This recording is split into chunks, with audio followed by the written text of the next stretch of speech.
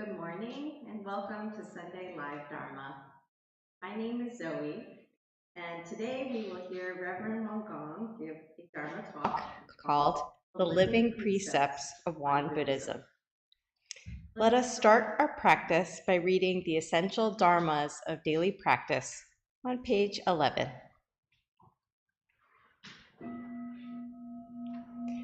The mind is originally free from disturbance, but disturbances arise in response to sensory conditions.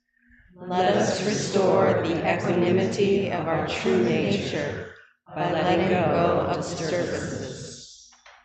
The mind is originally free from delusions, but delusions arise in response to sensory conditions. Let us restore the wisdom of our true nature by letting go of delusions. The mind is originally free from wrongdoing, but wrongdoings arise in response to sensory conditions. Let us restore the precepts of our true nature by letting go of wrongdoings. Let us replace disbelief, greed, laziness, and ignorance with belief, zeal, questioning, and dedication.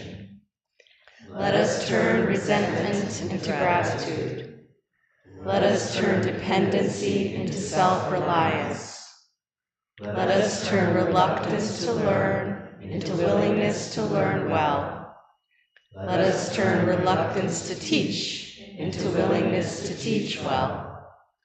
Let us turn lack of public spirit into eagerness to serve the good of all.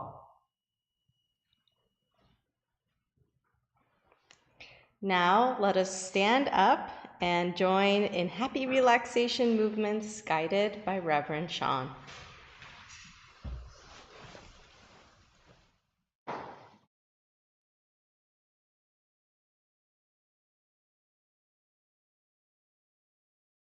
Morning, friends. May you stand behind your mat or to the side and make sure you have enough space in between your friends. Let us put our feet shoulder width apart. Let us start with breathing. Let us breathe in. Breathe out. Breathe in. Open up your heart, chest wide. Breathe out. One more time. Breathe in. Out. Let us start rotating our ankles first.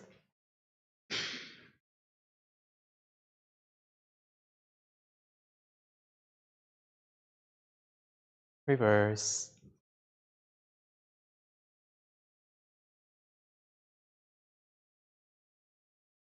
Change your feet.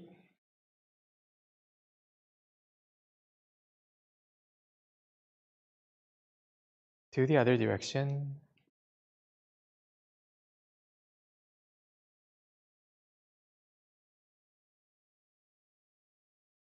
And let's rotate our knees.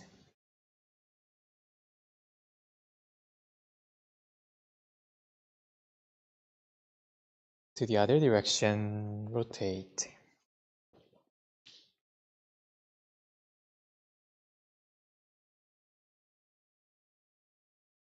Let's come up. Let's rotate our waist.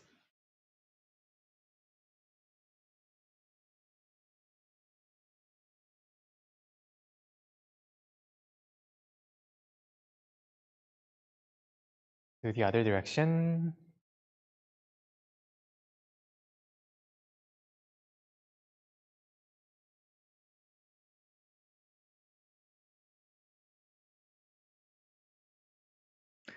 Let's put our hands on our shoulder. Make a circle with your elbows, starting with small one. Let's make it bigger. Open up your heart and chest wide as we rotate our shoulders. Breathe in and out nice and easy. Reverse.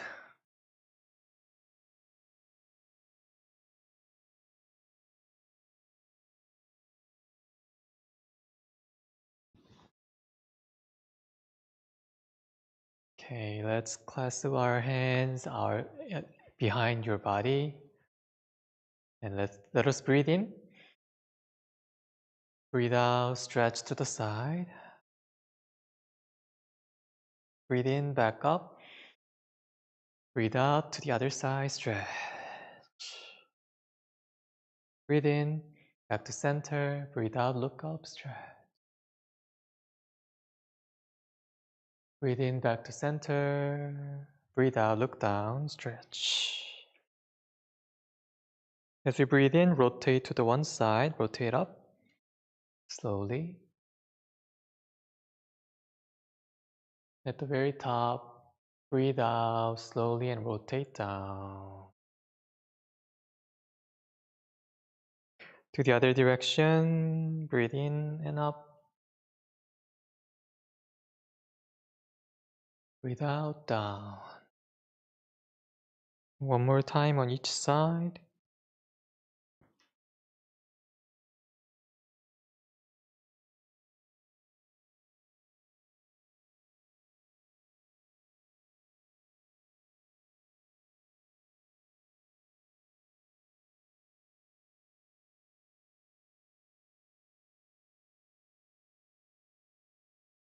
Now let us shake off our hands.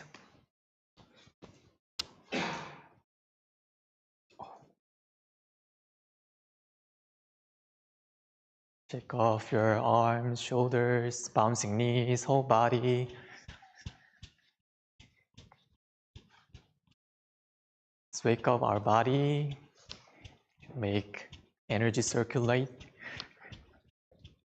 Let us breathe in deep and breathe out through your mouth. In and out. Breathe in. Breathe out. One more time, breathe in. Breathe out. Let's lean to the one side, shake off everything, every tension, thoughts, stress on this side. Back to center, to the other side. You can keep breathe out through your mouth. Doing this. Back to center, lean forward, shake off. Back to center, this time more intensely. You can jump or like release your breathe out. Hey. Oh, your kids like this, but y'all, yeah, like it too. Let us slowly stop. You might close your eyes, settle your breath.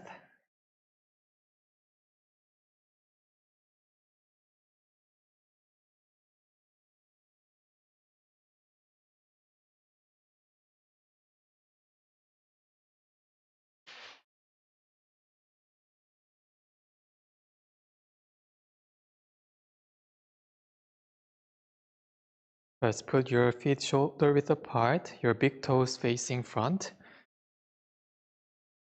Let us breathe in, hands up. Breathe out. This time, gentle breathing with your nose. Through your nose, breathe in. Breathe out. And as we breathe in, hands up.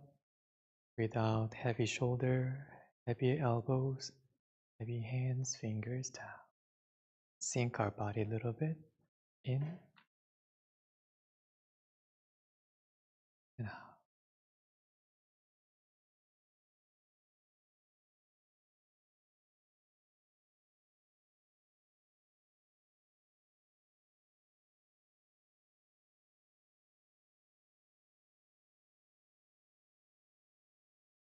So your hand doesn't go over your shoulder level. 2 more times.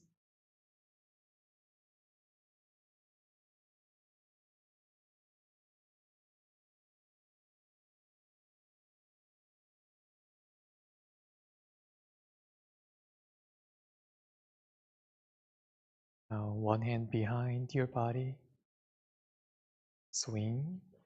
Scoop the energy from the back. Turn your front hand. And scoop it from the back. Push it forward. Glide your hands.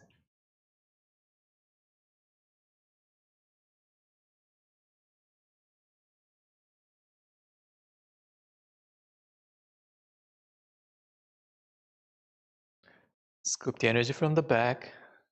Push your hands forward. Glide your hands.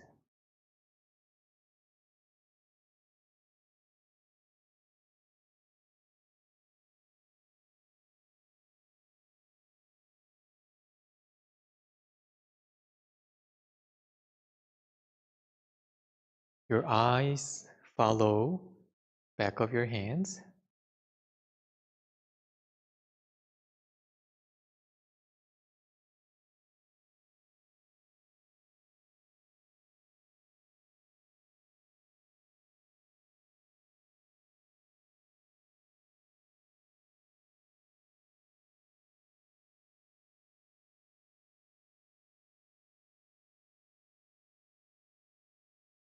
Now back to center. Let us breathe in to the side. Breathe out, bend forward. Grab the energy from the bottom, make circle. Slowly bring it up. Turn it over at your heart's center. Push it to the sky. Stretch tall. Stretch more. Taller. Stretch and release.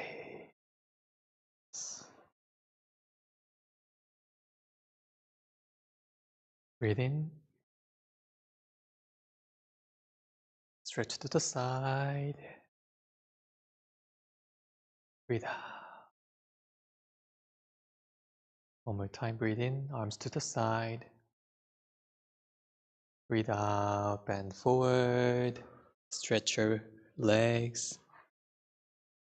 Grab the energy from the bottom, make circle with your hands. Slowly bring it up. Turn it over. Push it to the sky. Stretch tall. More. A little more. And release.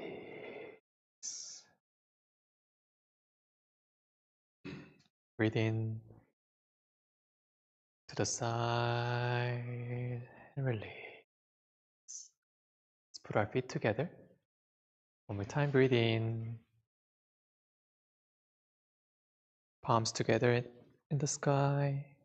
Slowly breathe out and bring your hands down.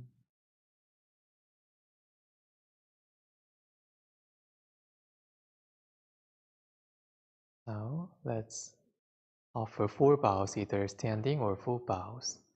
We stand behind your mat for your knee petting.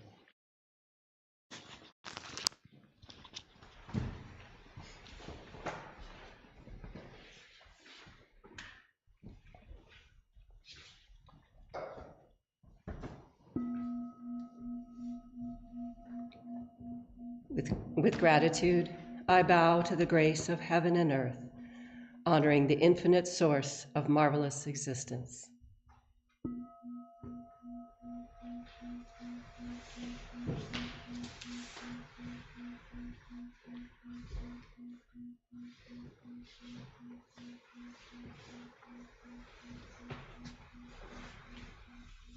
With gratitude, I bow to the grace of parents, ancestors, and everyone who has given me life and nurtured me.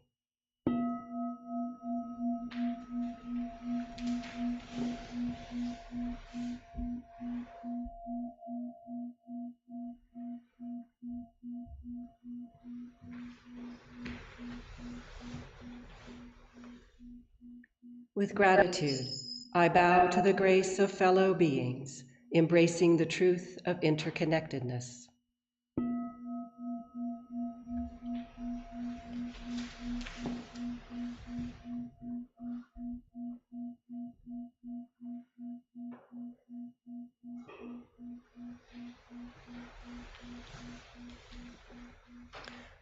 With gratitude, I bow to the grace of laws, which guides us to develop justice and freedom through Dharma and universal principles.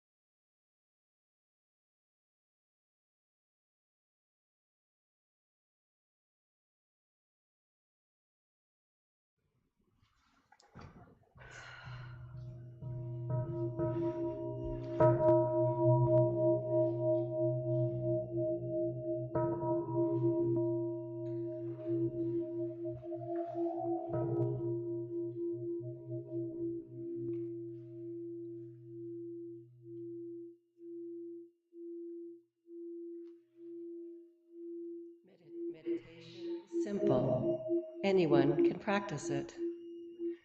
Take some time to find your most comfortable position on a mat or a bench or a chair.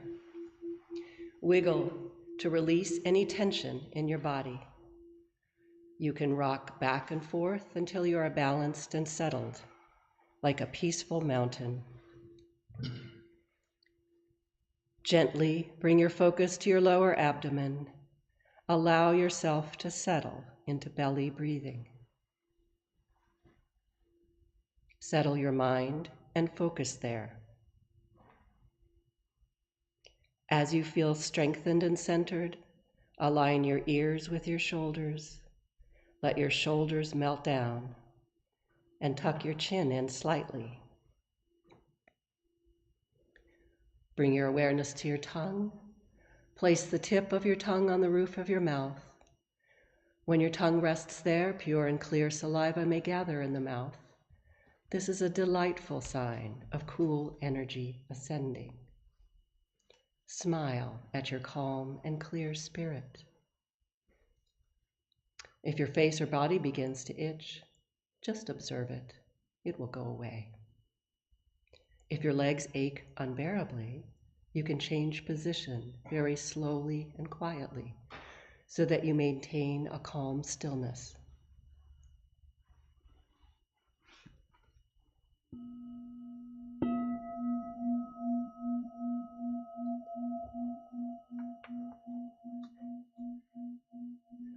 My body, my breath. I sit, just sit.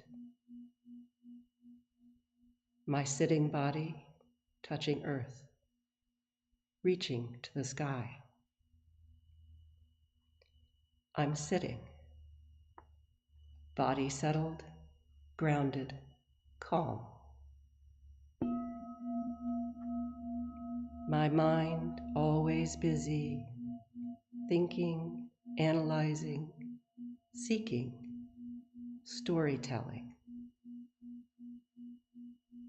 I breathe and calm my mind. I settle my mind.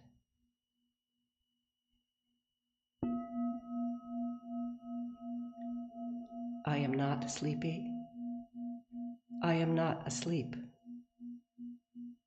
My mind and my body are synchronized, calm and clear.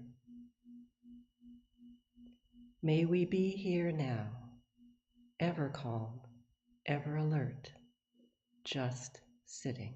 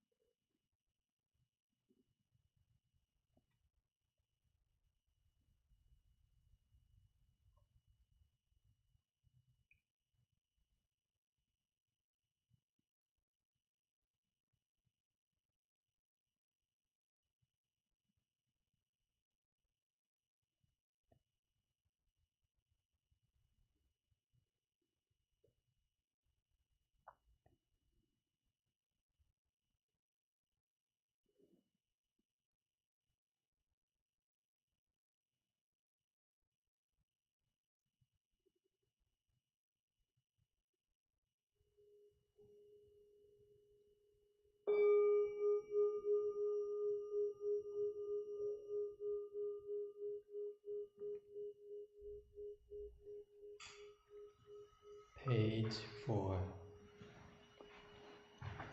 영주.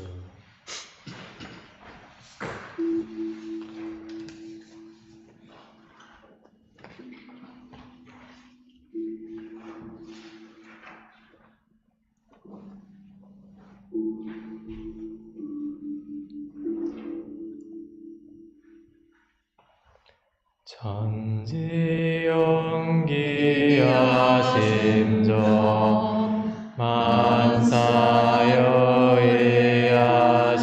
만사여의하심동 천지여아룡일체 하여 천지동심정 천지연기하심정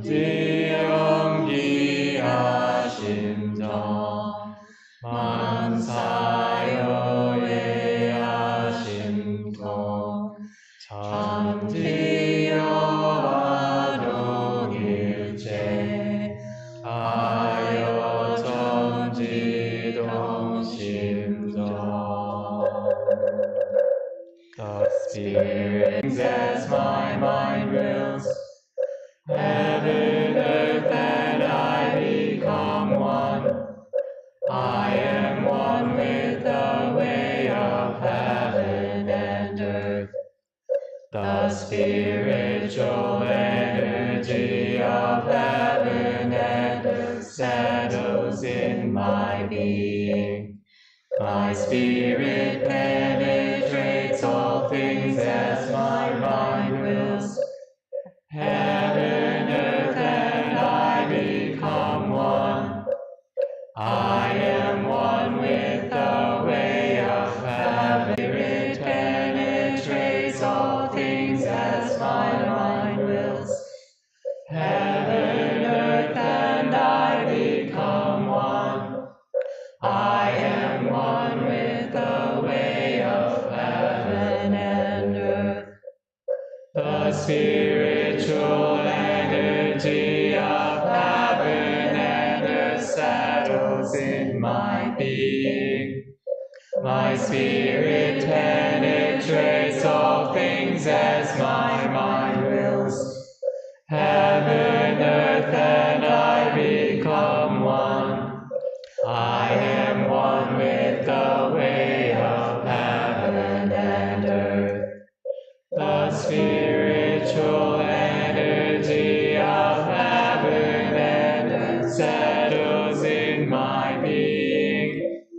My spirit penetrates all things as my mind wills. Heaven, earth, and I become one.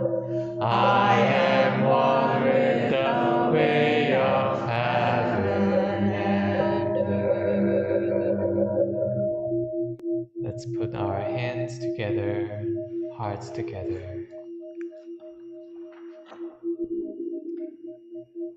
November prayer. It is time that morning dew shifts into morning frost. The time of night is longer than the time of day. Colorful autumn leaves are turning and turning into fallen leaves. November whispers to us to get ready for winding down this year.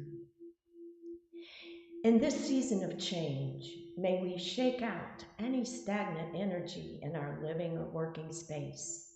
May we shift some daily habits. O Dharmakaya Buddha, fourfold grace, Phokshimbo Sawanishio. In this month of contemplation, we are blessed and privileged to live in a relatively safe and comfortable place. Yet the world is spinning with violence and suffering. We are all deeply interconnected, so the pain and suffering of the world is our pain and suffering.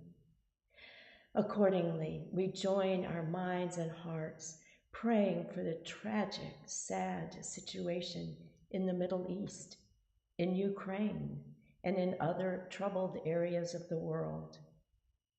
There is a long karmic history behind each conflict and war. May we all support one another and realize Peace begins with each of us now in our own minds and hearts. We send our loving, compassionate energy to innocent victims and their families on all sides of all conflicts. We pray for the end of violence. May we do what we can to bring this prayer into action. May all beings recognize the true nature of humanity and practice love for one another. May all beings be well and at ease. This we pray with our whole hearts. Peace on earth from here now. Peace on earth from here now. Peace on earth from here now. Peace on earth from here now. Peace on earth from here now. Peace on earth from here now. Peace on earth from here now.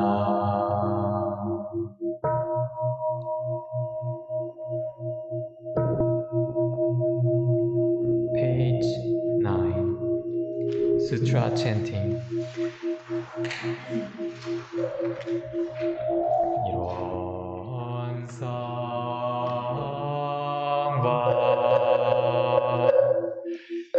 One is the realm of samadhi, beyond words and speech, the gateway of birth and death, transcending being and non-being, the origin of heaven and earth, parents, fellow beings, and laws, the true nature of all Buddhas, enlightened masters, unenlightened people, and sentient beings, to one manifest as both permanence and impermanence, viewed as permanence, till one unfolds into an infinite world that is ever abiding, spontaneous, just as it is, viewed as impermanence, till one unfolds into infinite worlds, through the cycle of formation, duration, decay, and extinction of the universe, and the birth, aging, illness, and death of all beings, according to how we use our minds and bodies in the four forms of birth, we transform through the 6 rungs of existence, progressing or regressing, with grace arising from harm or harm from grace. Therefore we unawakened beings sought to practice wholeheartedly, modeling ourselves after the Dharmakaya Buddha, by cultivating our minds and bodies deeply, knowing human affairs and universal principles thoroughly, and using our minds and bodies skillfully, thus progressing rather than regressing. blessing and receiving grace rather than harm, until we attain the great empowerment of Ilwan and become one with the nature of Ilwan.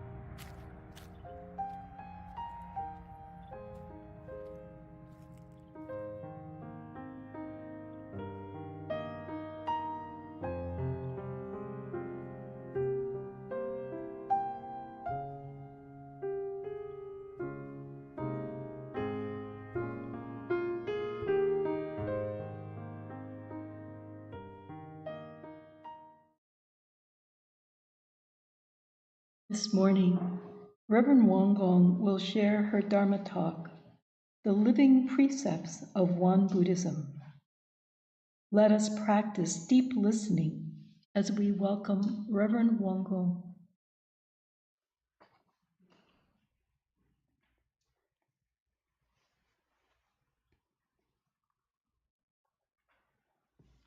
Good morning. Today I'm going to talk about precepts. When you hear the word precepts, what is your reaction? Do you like this word? Not really. Do you know what is meant by the word precept? A general definition of precept is a rule intended to regulate behavior or thought as a moral guideline. A rule intended to regulate behavior or thought as a moral guideline. Most religious traditions have some sort of a precepts. In traditional Buddhism, there are 10 precepts for lay practitioners, for ordained monks 250, and for nuns 348. In Won Buddhism, there are 30 precepts for everybody. Lay or ordained, male, female, and non-binary. That's why I chose Won Buddhism. In comparison, Islam has 5 pillars for their religious practice: the declaration of faith, shahada, prayer, charity, fasting, and the Hajj pilgrimage. In the Judeo-Christian tradition, the 10 commandments are the essential precepts. In the New Testament, the main tenet is the admonition to love each other. love one another, love your enemy. In the Sermon on the Mount, Jesus told those gathered, "You have heard it was said, eye for eye and tooth for tooth. But I tell you, do not resist an evil person. If anyone strikes you on the right cheek, turn to them the other cheek." Also, Matthew 5:38. If anyone strikes you on the right cheek, turn to them the other cheek. Wow, can you do this? This line advocates Christian pacifism and non-resistance, which is similar to non-action in Taoism. No matter which tradition we follow, a precept is like a personal contract for our spiritual journey. It is like a peace treaty with ourselves, so that we do not harm ourselves or others. Unfortunately, sometimes precepts are treated by practitioners with rigidity. The result can be harmful. One way for a religion to escape rigidity is for its precepts to be introduced gradually and carefully, anticipating the unpredictability and resistance of human nature. This is the approach taken by Won Buddhism from its very beginning. The goal is a step-by-step discovery of our true nature. Here we can raise a question. If one of the goals of a spiritual path is liberating ourselves, then why do we need precepts that seem to constrict and limit our freedom? There is a passage from Won Buddhism scripture about precepts. In this passage, a visiting Christian pastor asks our founding teacher, Sotae-san, a similar question. The Christian pastor said, "All religions talk about precepts, but precepts seem to oppress the pure inherent nature of human beings and restrain their free spirit. This can create many obstacles for attracting new adherents." The founding master replied, "Why do you think that?" I like Sotae's question to the pastor. It invited dialogue and encouraged him to elaborate.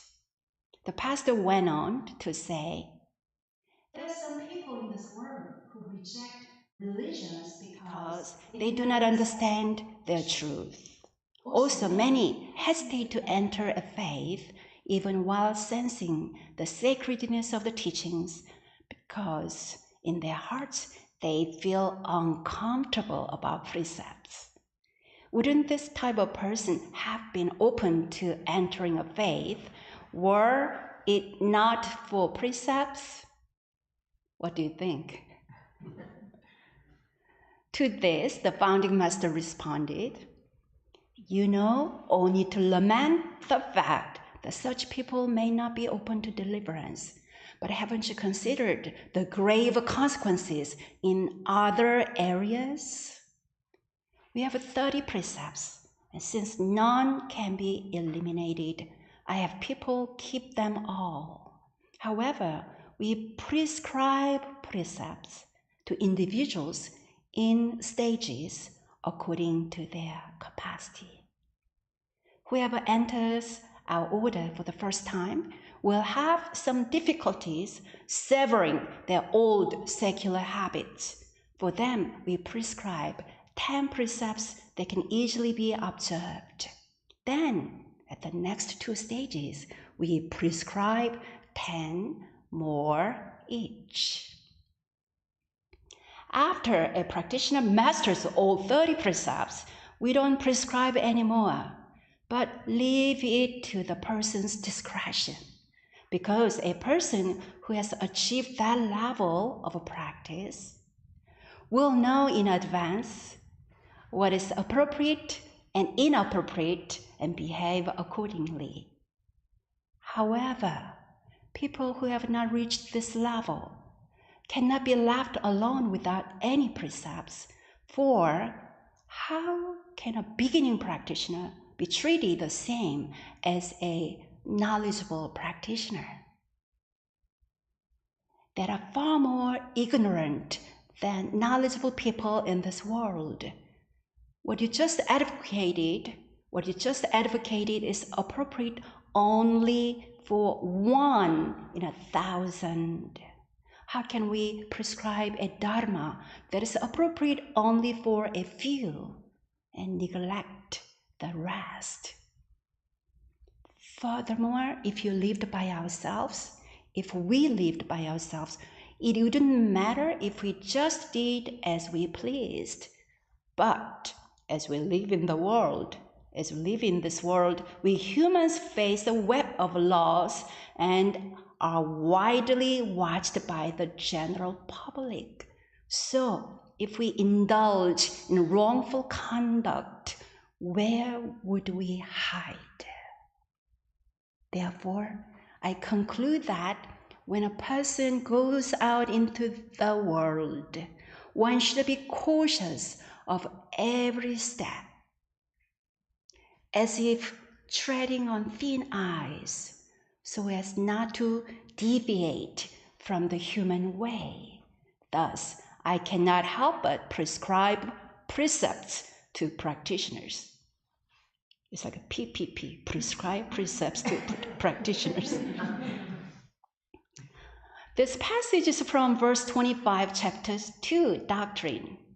This conversation took place in 1928 in Iksan at the Won Buddhism headquarters in South Korea. I appreciate the sought out interfaith conversation such as this, especially since Christianity was foreign and unpopular in Korea at the time. Be cautious of every step, as if treading on thin ice, so as not to deviate from the human way. If we all are mindful of every word and every action, as if treading on thin ice, how much difference would it make in our personal and also in our collective worlds? Today's passage reminds us of the intention and purpose of precepts in Won Buddhism. Not to deviate from the human way. Precepts are not about discipline of absolute faith. They are more for becoming compassionate human beings for the sake of all humanity, so that we bring blessings and grace rather than harm to our lives. Because precepts are not about discipline of absolute faith, Sotaesan said that they are prescribed in stages according to a person's capacity. A unique aspect of Won Buddhism is that precepts are introduced gradually. Our spiritual growth can be reflected in the journey of adopting and following the 30 precepts. Here are the first 10 precepts. You want to hear about it? Do not kill without due cause. Do not steal. Do not commit sexual misconduct. Do not consume intoxicants without due cause. Do not gamble or play idle games. Do not use harsh speech. Do not fight without due cause. Do not embezzle public funds. Do not borrow or lend money between close friends without due cause.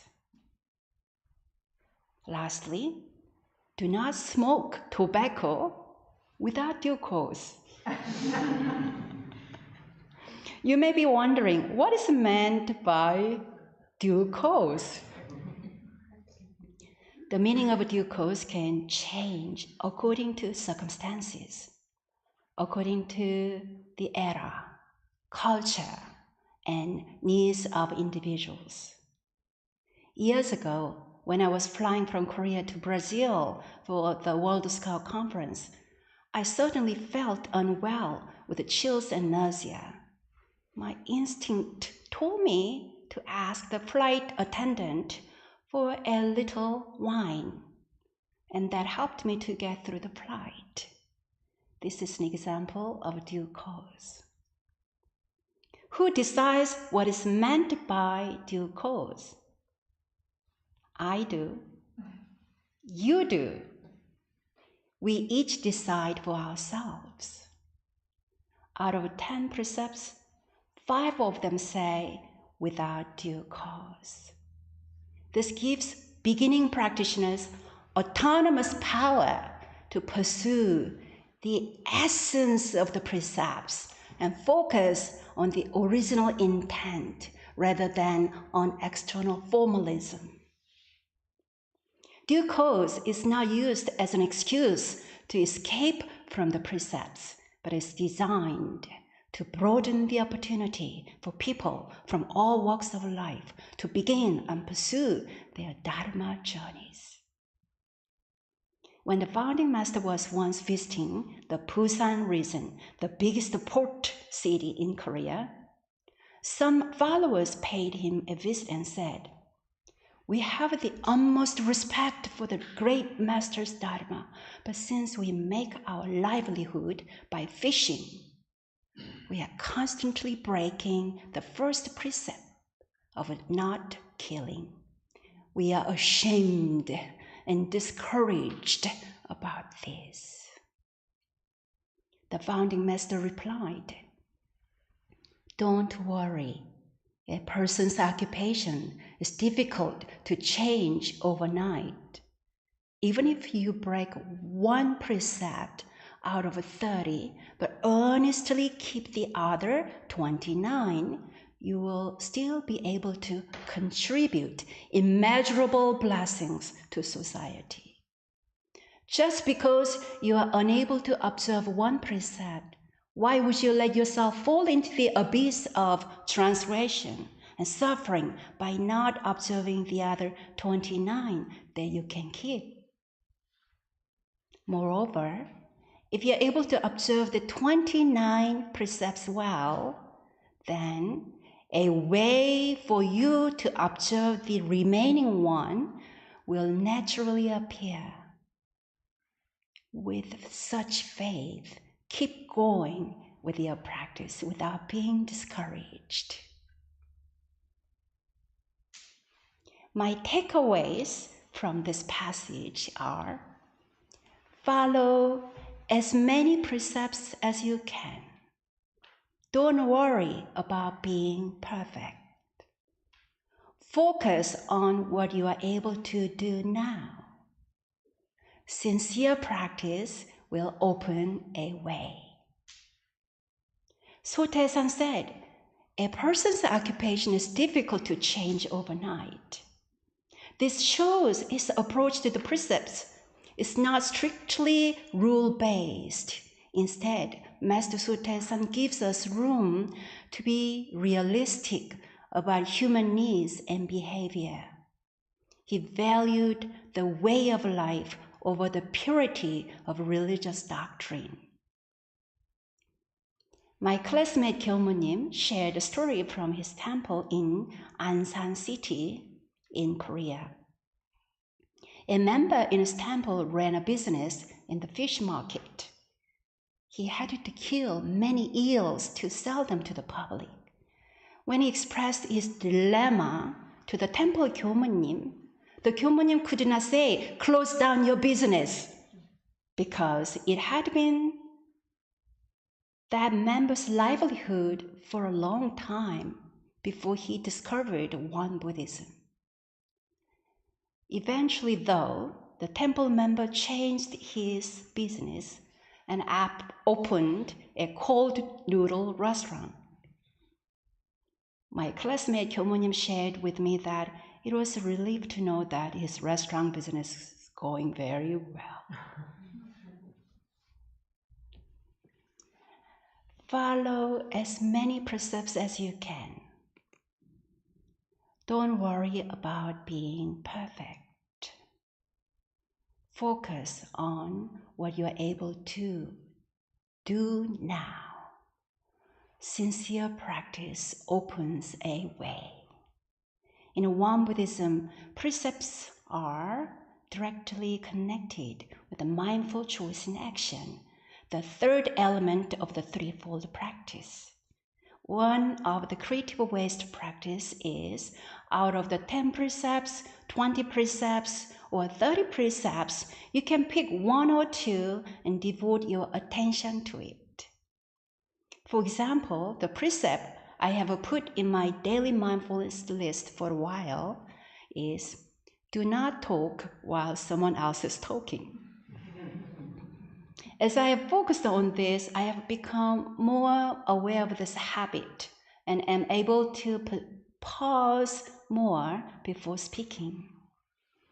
Do not talk while someone else is talking.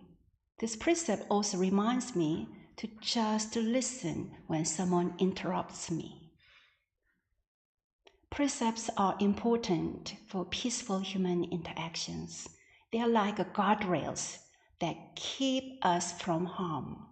Precepts help us develop our daily life according to the Tao of humanity. When we work with our precepts, let's be sincere and honest, but let's not force ourselves. Let's remember that when we are tuned into our true nature, the realm of Ilwan Sang, the ultimate realm of truth, we naturally come to follow and observe them.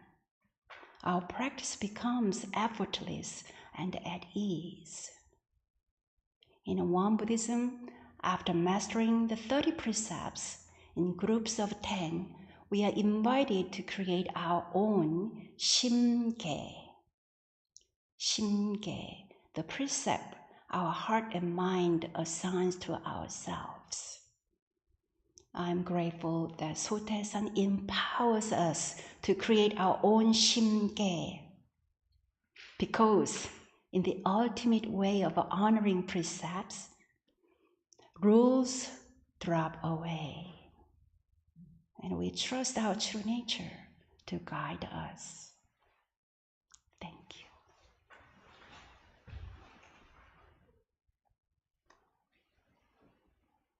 Thank you, Reverend Won Gong.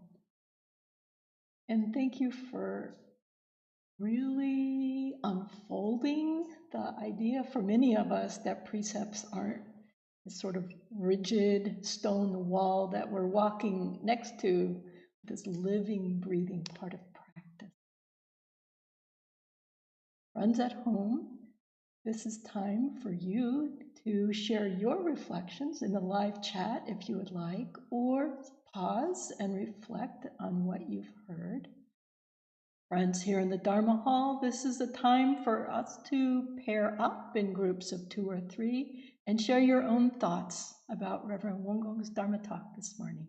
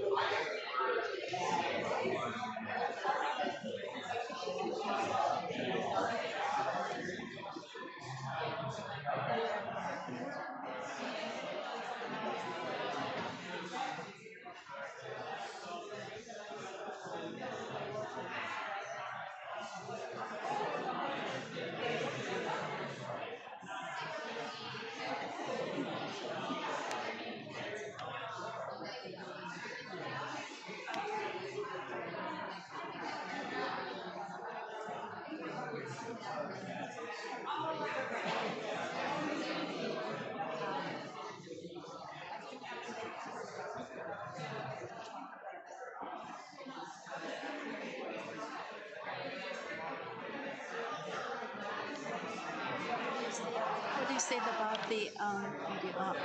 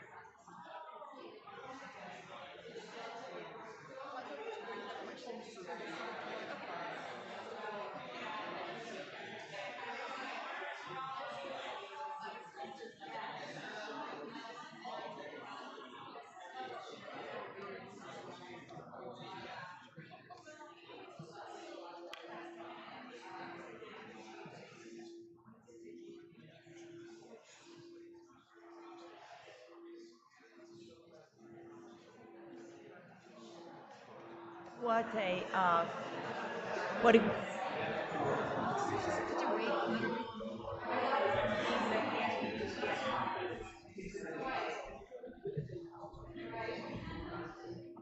what a great amount of energy I feel in this room. I think everyone must have figured out what their due causes are. I do want to give you a little mention about our open house last weekend, last Sunday, which was a resounding success. I don't know if, well, I know some of you were there last Sunday, but we had over 300 visitors, and I credited some of that success to the beautiful weather. We'd had years past, we'd had some rainy days. But I also credit to all our volunteers who were amazing to prepare for the open house and also to be here during the open house. I particularly am kind of grateful to the people who did the signs and put them out, Reverend Z. Young and all those volunteers, because I had so many people say to me it was the first time they'd ever come here. They had driven by it many times and wondered kind of what it was, but when they saw those signs for the open houses when they came in, it was really delightful to meet about so many new people, and it was just a lovely success. We actually made a good bit of money from the gift shop that we had in the residence hall, and that money is being used to nourish our, we have an endowment fund here for the North Carolina temples, so some of the money went to that, and some of the money went to the Raleigh Temple's Capital Improvements and Maintenance Fund. We really mean it when we say that the existence of the North Carolina temples is possible through your donations. And while we appreciate periodic income sources, such as our open house gift shop this past weekend, what is even more helpful are the ongoing donations made by our temple sustainers.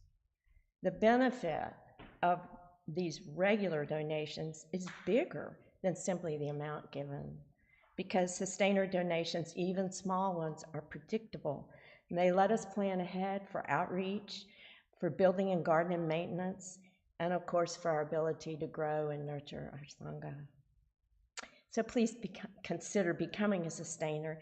It's very easy to do, and either myself or any of our reverends will be very happy to talk to you about it.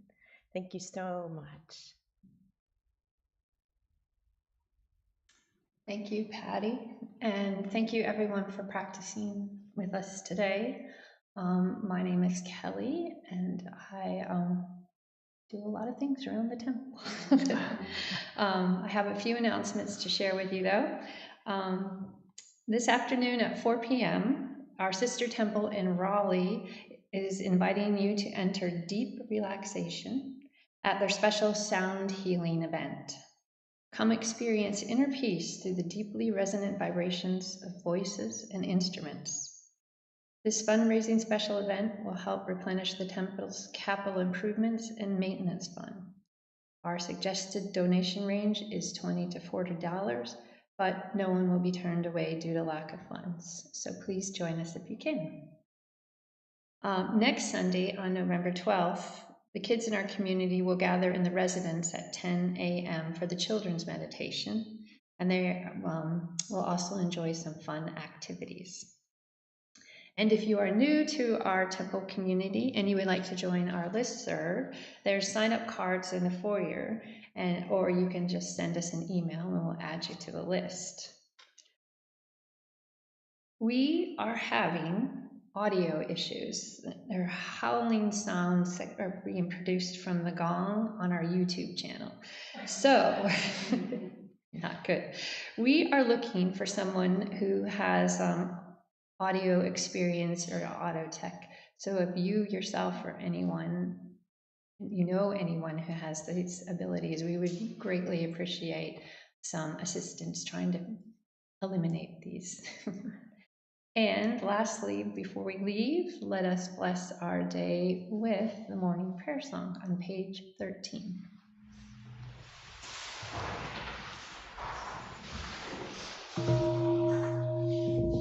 Dhammakaya Buddha, fourfold grace, I begin a new day in your presence.